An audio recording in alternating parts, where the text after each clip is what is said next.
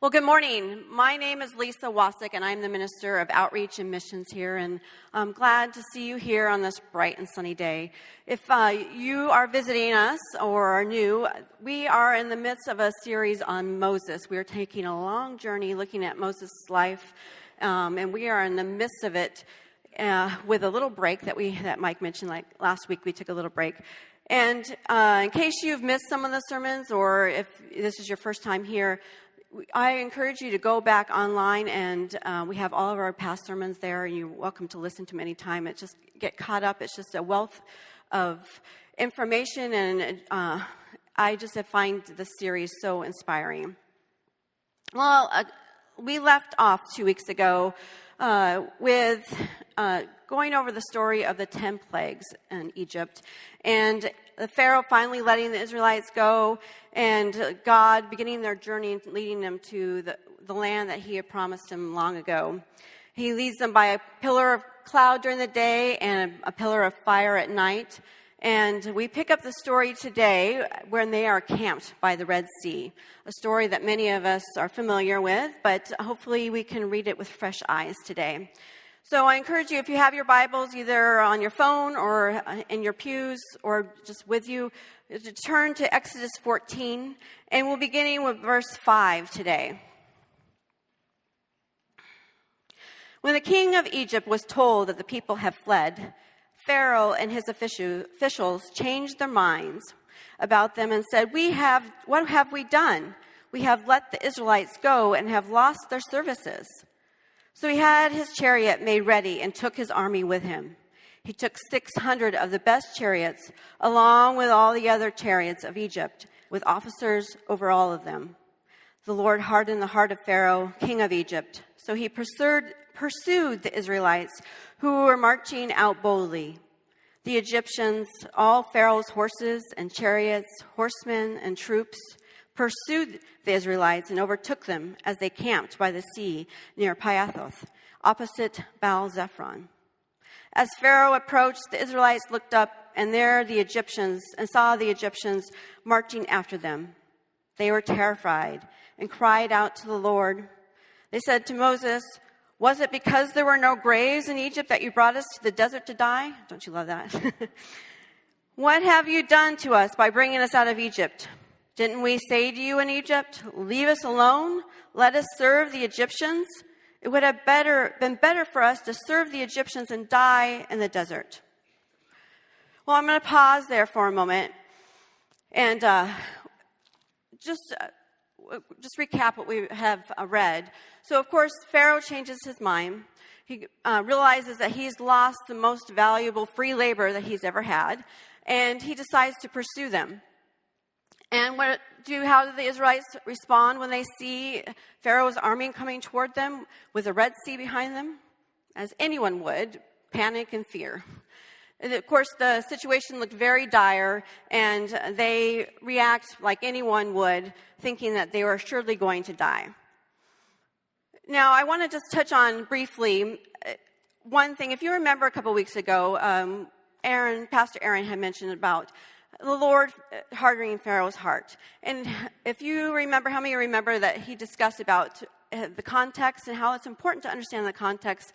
In Egyptian mythology, hardening someone's heart meant they were unfit to go into the afterlife. And so this is more of a judgment, and it's hard for us sometimes. We look things back from our 21st century perspective. It's hard for us to understand the context, and so it's just helpful just to know that in the context this was written, this was more of a judgment on Pharaoh and what his character was, and letting his true character come out. So let's move on, and we're going to have a little bit longer passage, so stay with me here as we go on. So we'll continue in verse 13.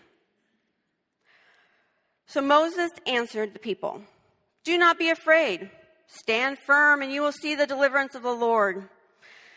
And you'll see the deliverance of the Lord will bring you today. The Egyptians you see today will never see again. The Lord will fight for you, and you need only to be still." Then the Lord said to Moses, "Why are you crying out to me? Tell the Israelites to move on. Raise your staff and stretch out your hand over the sea to divide the water, so that the Israelites can go through the sea on dry land." I will harden the hearts of the Egyptians so that they will go after them. And I will gain glory through Pharaoh and all of his army, through his chariots and horsemen. The Egyptians will know that I am the Lord when I gain glory through Pharaoh, his chariots, and his horsemen. Then the angel of God, who had been traveling in front of Israel's army, withdrew and went behind them. The pillar of cloud stood behind them, coming between the armies of Egypt and Israel. Throughout the night, the cloud brought darkness on one side and light to the other side, so neither went near each other all night long. Then Moses stretched out his hand over the sea, and all that night the Lord drove the sea back with a strong east wind and turned it into dry land. The waters were divided, and the Israelites went through the sea on dry land with a wall of water on their right and on their left.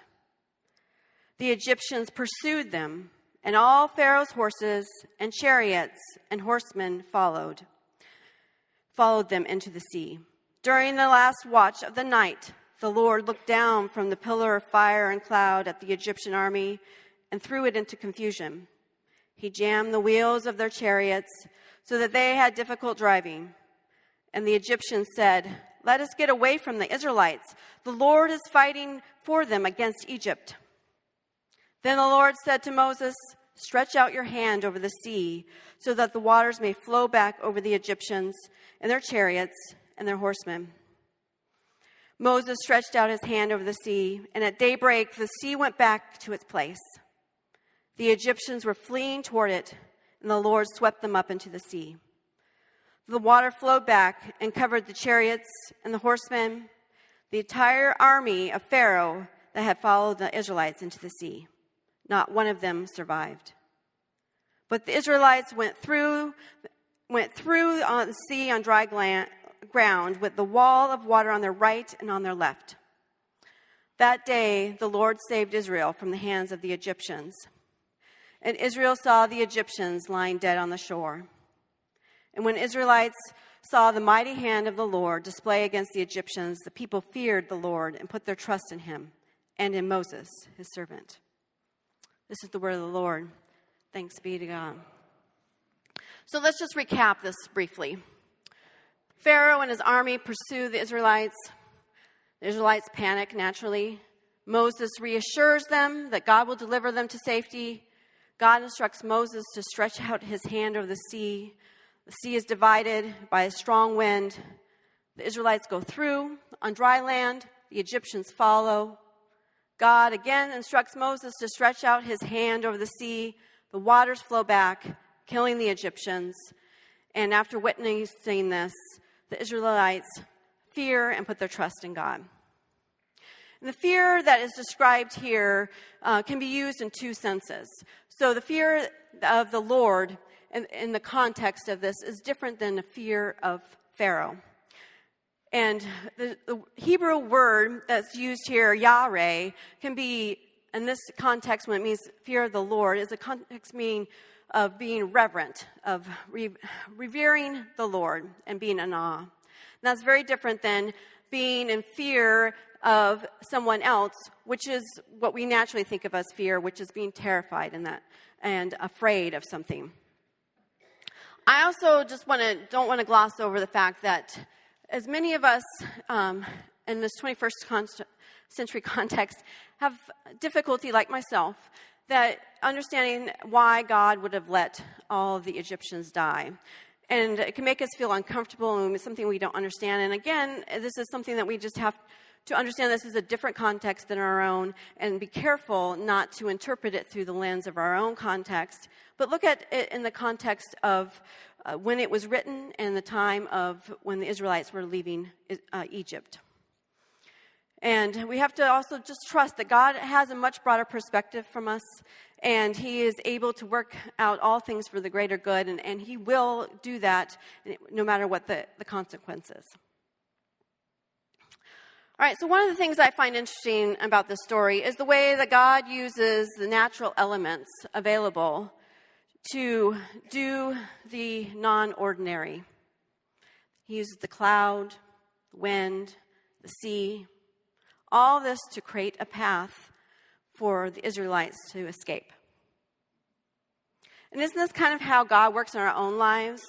Using the ordinary and normal things to do the extraordinary. Another thing that I find interesting about the story is the way that Moses handled the Israelites' complaints. Now, remember how the Israelites responded? They panic, they cry out, they blame Moses. And Moses' response is that for them to stand firm, not be afraid, reassuring that God will deliver them. Now, if you've been here with our series, let's remember all the way back to when we were in Exodus 5. Remember how that when Moses and Aaron go to Pharaoh and asked Pharaoh to let the Israelites go free, and Pharaoh responds by giving them more labor, by taking away the straw for the room to build bricks. And Moses' response is to go to God saying, why have you brought trouble on this people? You have brought trouble on this people and you have not rescued them at all. Now, keep in mind, that's only a few weeks prior to the Red Sea incident. Does that seem like the same Moses? How many of us, when you think of Moses, like myself, maybe if you're my age or older, think of Charlton Heston and the Ten Commandments? For those of you who are maybe younger or have forgotten, we have a little clip to remind you. Gather your families and your flocks. We must go with those speakers. Go where? To drown in the sea? How long will the fire hold Pharaoh back? After this day, you shall see his chariots no more. No! You'll be dead under them. The Lord of hosts will do battle for us. Behold his mighty hand. Right. So you see there, Charlton Heston playing Moses, very calm, all put together, strong. He knows for sure everything's going to happen, right? Well, I have a hard time believing that this Moses that we saw in chapter 5, who is full of fear and panic, whose anxiety just seeped out of him, all of a sudden, a few weeks later, all that's gone. I think, in reality, Moses, deep down, felt more like Jackie Moon, a.k.a. Will Ferrell, in the movie Semi-Pro. Everyone just remain seated. I think he left. Do we? Everybody panic! Oh my God, there's a bear loose in the Coliseum! There will be no refund! Your refund will be escaping this death trap with your life! You have a small child, use it as a shield! They love the tender meat! Cover your sodas! Do we love sugar? All right. Now, how many of you have had a Jackie Moon moment? All right, yes. My most vivid Jackie Moon moment was when I was 12. It was the first time I traveled to China. It was the early 80s. Things, if you've ever been to China recently, it's very, very different. It was very rare to find anyone who spoke English. There were hardly any infrastructure around. And I was with my parents, and we were on this tour group, and it was toward the end of the trip, and we were in Beijing. And my parents, being the more adventurous type, decided they were kind of bored of being with the tour group and wanted to go off on their own. So we spent the day, we decided to get a taxi from our hotel, and spent the day wandering around Beijing on our own. And everything was fine until we wanted to get back. And, of course, my parents assumed that they could easily find a taxi back to our hotel, just as easily as we found one leaving the hotel. But that wasn't the case. We wandered around what seemed like hours trying to find a taxi. No one spoke English. And it started to get dark. I was hungry. And by this time, I knew we were stuck in China for the rest of my life. Of course, I started to panic. I'm bawling my eyes out. Everybody's staring at us thinking, what have you done to your child? And I am just awestruck. I just am complete out of my mind that we're in this strange environment. I'm going to have to die here. Who's going to help me? And then my parents remember that they had a little business card that had our hotel name on it, an address. And so they show it to somebody who then shows it to a driver who, thankfully, is willing to take 3 foreigners, strangers, who don't speak any Chinese, back to our hotel. So I don't have to spend the rest of my life in China after all. Yay! All right. Well, ironically, if just a little side note, if you know anything about me, today, China is one of my most favorite countries. I have fallen in love with the people and the culture there. And it all started because of this traumatic event. But the point I'm trying to make with this story is that I think we all have a little bit of Jackie Moon inside of us. None of us have it all together. We all have moments where we want to panic. We feel like the world as we know it is coming to an end. And you may be able to give me a pass because I was only 12 at the time. But I have to admit, there have been many times as an adult where I felt that same sense of panic. Times like when I spend 6 months arguing with God that I don't want to go to seminary. There's got to be something else that you want me to do. Or when my son is struggling in school and is diagnosed with ADHD, and I wonder what is going to be with the rest of his life. Or my daughter, who at 7 has panic attacks so bad that she cannot function at school. And all I want to do is step in and get rid of it and fix it, because the thought of her having to go through life with that much anxiety is unbearable. But I'm sure all of you, I know many of you, have experienced the same kind of Jackie Moon experiences too. Maybe it's going through a divorce. Maybe losing a child or a spouse and not sure how you're going to continue on.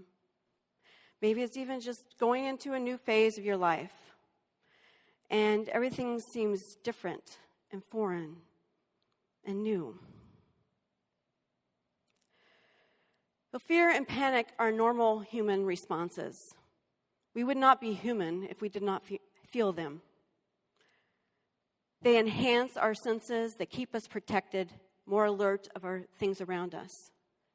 And I believe that Moses, in that moment where he saw Pharaoh's army on one side and the sea on the other, felt some fear and panic. He would have had to. But we, like Moses, have a choice. We can choose to put aside our fear and panic and courageously move forward, trusting that God will provide, or we can let our fear and panic hold us hostage so that we never end up crossing the sea into the freedom that God hasn't promised us. So how was Moses able to put aside his fear and panic at the Red Sea and calmly tell the Israelites to stand firm and trust God? One word: experience. By the time the Israelites get to the Red Sea, Moses had experienced God's faithfulness in at least 10 times with each of the plagues. Each plague, God told Moses what would happen. And Moses took the first step in action and following God's direction. And then he saw God fulfill his promises. And each time Moses witnessed God's faithfulness, I believe that his trust in God grew stronger. Just like our faith and trust the sun will rise tomorrow grows because it has happened every day since we can remember. The stronger that Moses' faith grew in God, the easier it became for him to put aside his fear and step forward in faith. His confidence allowed him to lead the Israelites across the Red Sea as the kind of leader he needed to be, as described earlier in our 1 Peter passage. A shepherd, eager to serve, and being an example for others. And I, too, have found that my trust and reliance upon God grows every time I step forward in faith and witness how God provides. I still may have to endure the difficulty that doesn't go away, and sometimes I don't see God's provision right away. But when I reflect back, I can confidently say that God has always provided a way for me to get through whatever is lying ahead. Sometimes that provision comes in the form of amazing doctors and therapists who are able to work with you. Sometimes it comes through supporting and caring teachers. Sometimes it comes through friends who are willing to share the burden with you. And sometimes it comes by just being able to take a moment to sit in God's presence in silence and feel the warmth of God's peace wash over you. There are many ways that God provides for us. And when I remember the many ways that God has provided for me and others, I find it just a little bit easier to take the next courageous step into the next scary adventure. So again, it's experience. But to gain experience, we must practice. We must practice putting aside our fear and taking that first step forward. We must practice listening to God's direction and be confident that He will fulfill His promise. Only then will we be able to experience God's provision. Will you pray with me? Lord, we are grateful for your faithfulness and so many ways that you care for us. There are many ways we fail to recognize the way you provide, but we are thankful that you have unwavering love and faithfulness to us. We know that you're always present in our lives, even in the darkest of circumstances. Help us to turn to you when we're in those circumstances and give us courage to step forward, trusting you that you will provide a way. Amen.